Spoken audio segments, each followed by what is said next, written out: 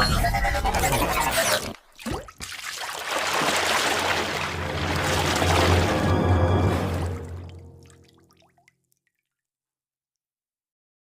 everybody.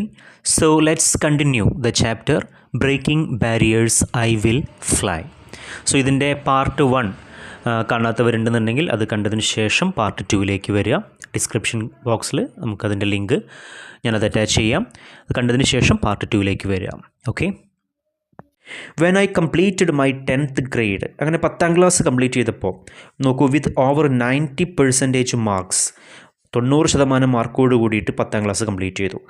I wanted to study science at the AP state board. അങ്ങനെ AP state ബോർഡിൽ ഇവന് science പഠിക്കാനായിരുന്നു അവന് താല്പര്യം. ഹവർ എന്നിരുന്നാലും I was told I could only take arts. പക്ഷേ ഞാൻ ആർട്സ് എടുത്തോളാം എന്ന് പറഞ്ഞു, സയൻസ് എടുക്കാതെ ആർട്സ് എടുത്തോളാം എന്ന് പറഞ്ഞു.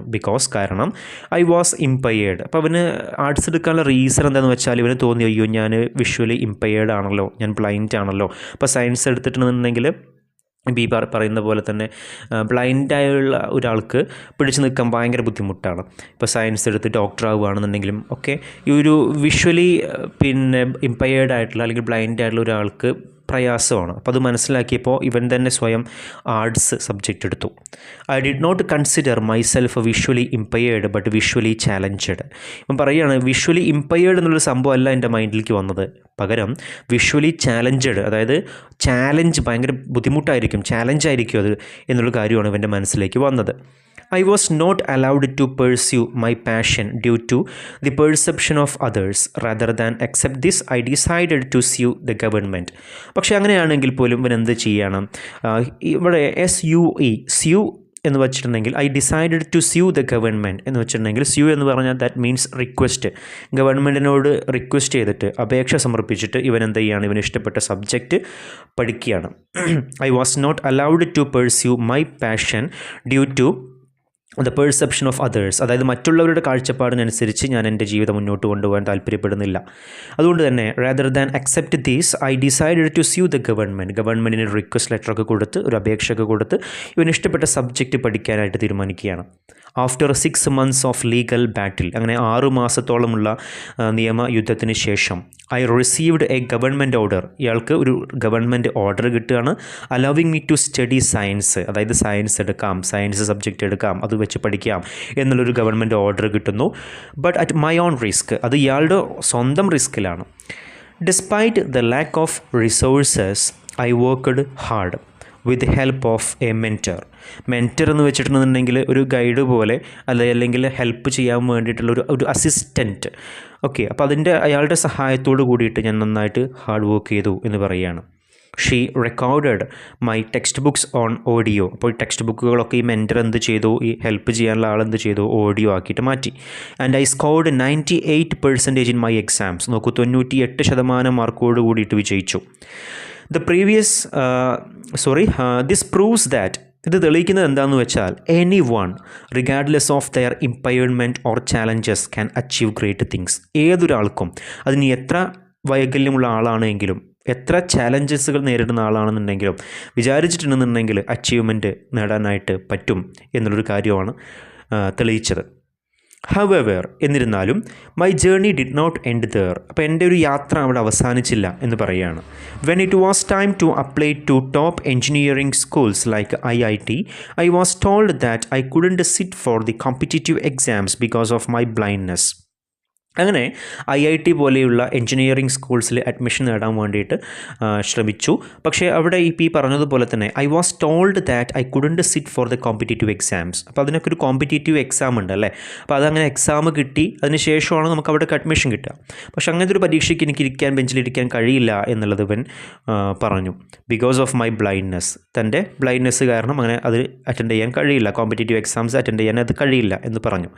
If IIT didn't want me, IITക്ക് എന്നെ ആവശ്യമില്ല എങ്കിൽ ഐ ഡിസൈഡഡ്, ഞാൻ തീരുമാനിച്ചു, I didn't want it either, എനിക്കും തിരിച്ചങ്ങോട്ടത് വേണ്ട, എനിക്കും IIT വേണ്ട എന്നുള്ള തീരുമാനത്തിലായിരുന്നു ഇവൻ.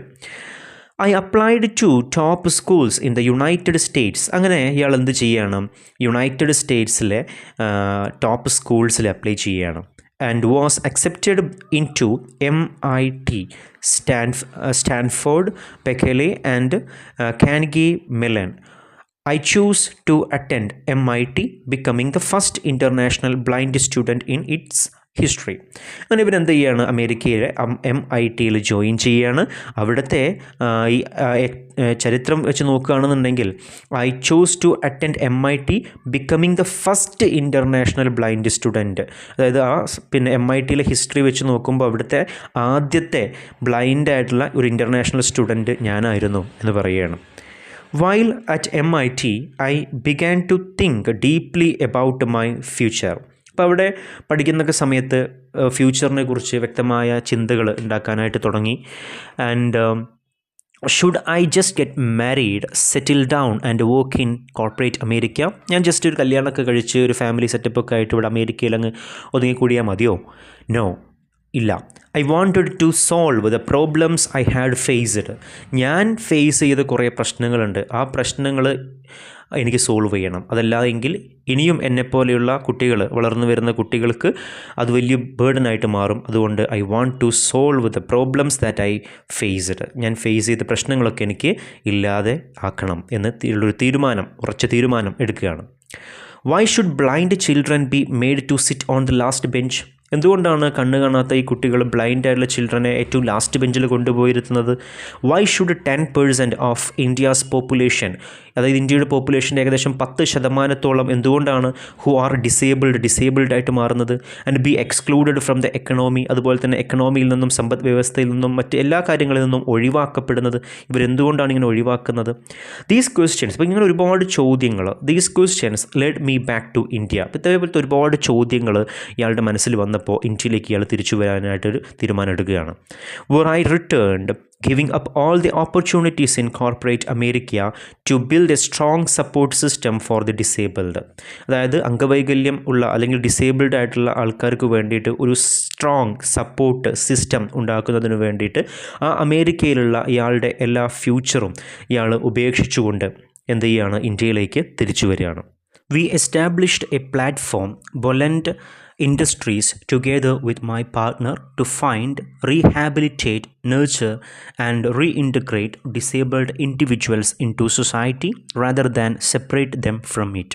അതായത് നാട്ടിലേക്ക് വന്ന ഇദ്ദേഹം എന്ത് ചെയ്തു? ഹി എസ്റ്റാബ്ലിഷ്ഡ് എ പ്ലാറ്റ്ഫോം, അതായത് ഒരു കമ്പനി ഇയാൾ സ്റ്റാർട്ട് ചെയ്തു. ആ കമ്പനിയുടെ പേരാണ് ബൊലൻഡ് industries.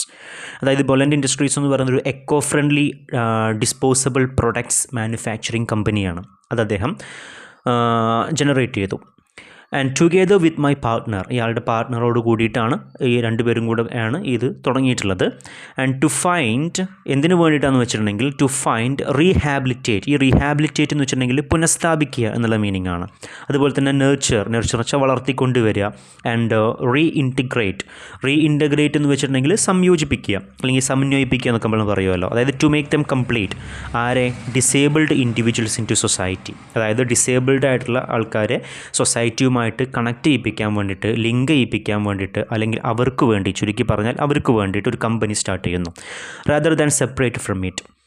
Then we have supported over 3,000 students in education. അതുപോലെ തന്നെ 3000-ഓളം കുട്ടികൾക്ക് വിദ്യാഭ്യാസം പകർന്നു നൽകാനായിട്ട് ഉള്ളൊരു സപ്പോർട്ടായിട്ട് നിലകൊള്ളാൻ ഇദ്ദേഹത്തിന് സാധിച്ചു എന്ന് പറയുകയാണ്. So we have supported over 3,000 students in education. അതുപോലെ തന്നെ വൊക്കേഷണൽ റീഹാബിലിറ്റേഷൻ, പഠിച്ചാൽ മാത്രം പോരാ, ജോലിയും വേണം അല്ലേ? അപ്പോൾ അതിനു വേണ്ടിയിട്ട്, അതുപോലെ പഠനം മാത്രമല്ല, ജോലിയും മാത്രമല്ല, എക്സ്ട്രാ കരിക്കുലർ ആയിട്ടുള്ള സ്പോർട്സ്, ആർട്സ് തുടങ്ങിയ മേഖലകളിൽ ഒക്കെ പിന്നെ പ്രാവീണ്യം നേടാൻ വേണ്ടിയിട്ട്, അല്ലെങ്കിൽ അവിടെയൊക്കെ എത്താൻ വേണ്ടിയിട്ട്, ഈ ഡിസേബിൾഡ് സ്റ്റുഡൻസിന്, അംഗപരിമിതികളുള്ള വിദ്യാർത്ഥികൾക്ക് ആ മേഖലകളിലും കൂടി എത്താൻ വേണ്ടിയിട്ടൊക്കെയുള്ള സഹായം അല്ലെങ്കിൽ സപ്പോർട്ട് ഇദ്ദേഹം നൽകി എന്ന് പറയുകയാണ്. And our company now employees over 150 disabled individuals. അപ്പോൾ ഇയാളുടെ കമ്പനിയിൽ 150ഓളം ഡിസേബിൾഡ് ഇൻഡിവിജ്വൽസ് ജോലി ചെയ്യുന്നുണ്ടെന്ന് പറയുകയാണ്. അപ്പോൾ അവർക്കൊക്കെ വേണ്ടിയിട്ട് ജോലിയൊക്കെ കൊടുത്തു. അപ്പോൾ ജോലി നേടി അവരുടെ ഉന്നമനത്തിന് വേണ്ടിയിട്ട് എല്ലാ രീതിയിലും ഇയാൾ പ്രവർത്തിച്ചു. And it grosses over $1 million in sales. അപ്പോൾ ഈ പറയുന്ന പോലെ തന്നെ അതിൻ്റേതായുള്ള ബെനിഫിറ്റുകൾ ഉണ്ടായി സെയിൽസ് രംഗത്തൊക്കെ. But we are still at the initial stage of our growth with much more to do. പക്ഷേ ഇങ്ങനെയൊക്കെ ആണെങ്കിലും അദ്ദേഹം പറയുകയാണ്, ഞങ്ങളിപ്പോഴും സ്റ്റാർട്ടിംഗ് സ്റ്റേജിലാണ്, ഇനീഷ്യൽ സ്റ്റേജിലാണ്, ഇനിയും ഒരുപാട് വളരാനുണ്ട്, ഇനിയും ഒരുപാട് കാര്യങ്ങൾ ഞങ്ങൾക്ക് ചെയ്യാനുണ്ട് എന്ന് അദ്ദേഹം പറയുകയാണ്. I want to leave you with 3 lessons.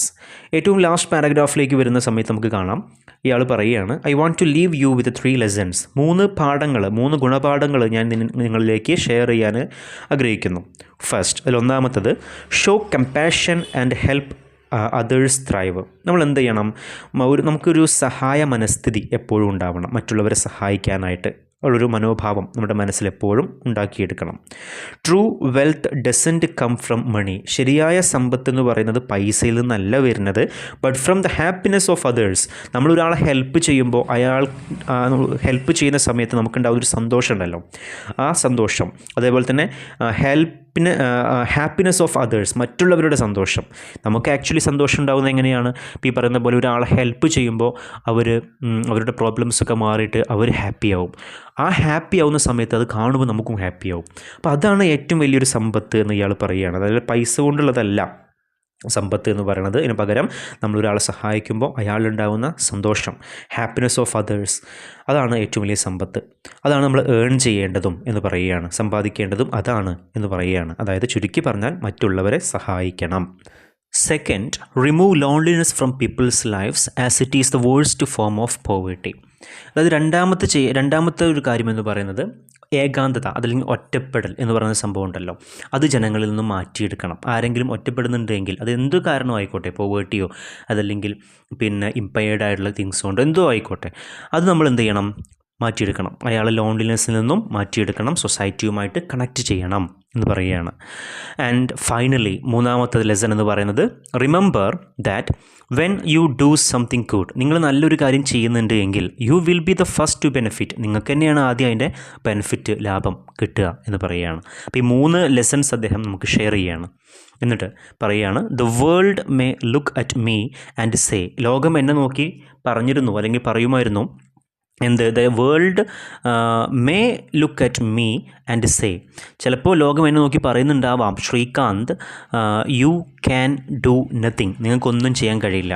But I look at the world, ഞാൻ ലോകത്തിനെ നോക്കി പറയുന്നു, and say I can do anything, എനിക്കെന്തും ചെയ്യാൻ കഴിയും. Thank you. So students, in short, ചുരുക്കി പറയുകയാണെന്നുണ്ടെങ്കിൽ നമ്മൾ നേരത്തെ പറഞ്ഞതുപോലെ തന്നെ, ഇൻട്രൊഡക്ഷനിൽ ഞാൻ പറഞ്ഞതുപോലെ തന്നെ, ഈ ഒരു ചാപ്റ്റർ എന്ന് പറയുന്നത് ശ്രീകാന്ത് ബൊല്ലയുടെ ഒരു ടോക്കാണ്. അദ്ദേഹത്തിൻ്റെ ജീവിത പ്രയാണ യാത്രയെക്കുറിച്ചിട്ടുള്ള ആ ഒരു ലൈഫ് ജേണിയെക്കുറിച്ചിട്ടുള്ള ഒരു ഡീറ്റെയിലിംഗ് ആണ് നമുക്ക്, അദ്ദേഹത്തിൻ്റെ വാക്കുകളിലൂടെ തന്നെയുള്ള ഡീറ്റെയിലിംഗ് ആണ് നമുക്ക് ഈ ചാപ്റ്ററിൽ കിട്ടുന്നത്. സോ ഞാൻ നേരത്തെ പറഞ്ഞ പോലെ തന്നെ ജീവിതത്തിൽ പ്രതിസന്ധികൾ ഒരുപാടുണ്ടാകും, ഡിഫിക്കൽട്ടീസ് ഒരുപാടുണ്ടാകും. അതൊക്കെ നേരിട്ടും ജീവിതത്തിൽ തൻ്റേതായ ഒരു സ്പേസ് കണ്ടെത്തുന്ന ഒരുപാട് പേരുണ്ട്.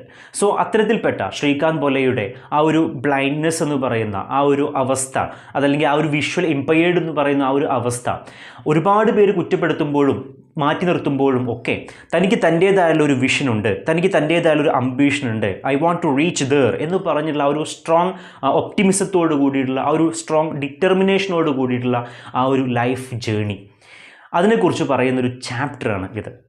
സോ ഞാൻ നേരത്തെ ഈ ചാപ്റ്റർ ഡിസ്കസ് ചെയ്ത സമയത്ത് പറഞ്ഞതുപോലെ തന്നെ ഈ ചാപ്റ്റർ ഏറ്റവും ലാസ്റ്റ് പറഞ്ഞു വെക്കുന്ന 3 ലെസൺസ് ഉണ്ട്. അദ്ദേഹം പറയുന്നുണ്ട്, ശ്രീകാന്ത് ബൊല്ല പറയുന്നുണ്ട് 3 ലെസൺസ് പറയാനുണ്ട് എന്ന് പറഞ്ഞ് തുടങ്ങുന്ന ആ 3 ലെസൺസ് ഉണ്ടല്ലോ, അത് തന്നെ പറഞ്ഞുകൊണ്ടാണ് ഞാൻ ഈ ഒരു ക്ലാസ് വൈൻഡപ്പ് ചെയ്യുന്നത്.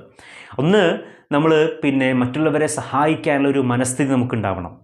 2, ഒരാളെയും നമ്മൾ മാറ്റി നിർത്താനായിട്ട് പാടില്ല. ലോൺലിനെസ് ആരെങ്കിലും ഒരാൾ ലോൺലിനെസ് ഫീൽ ചെയ്യുന്നുണ്ടെന്നുണ്ടെങ്കിൽ ഐസൊലേഷൻ, അത് ഏത് രീതിയിലോ ആയിക്കോട്ടെ, അയാളെ നമ്മൾ സൊസൈറ്റിയുമായിട്ട് കണക്ട് ചെയ്യണം. മൂന്നാമത്തെ ഒരു ലെസൺ എന്ന് പറയുന്നത്, നമ്മൾ ഈ ലോകത്ത് എന്തെങ്കിലും നല്ല കാര്യങ്ങൾ ചെയ്യുന്നുണ്ട് എങ്കിൽ അതിൻ്റെ ബെനിഫിറ്റ് ആദ്യം കിട്ടുന്നത് നമുക്ക് തന്നെയായിരിക്കും. സോ ഇത്രയും പറഞ്ഞുകൊണ്ട് ഈ ഒരു ചാപ്റ്റർ ഞാൻ വൈൻഡപ്പ് ചെയ്യുകയാണ്. Students, hope you understood. Bye all. Thank U.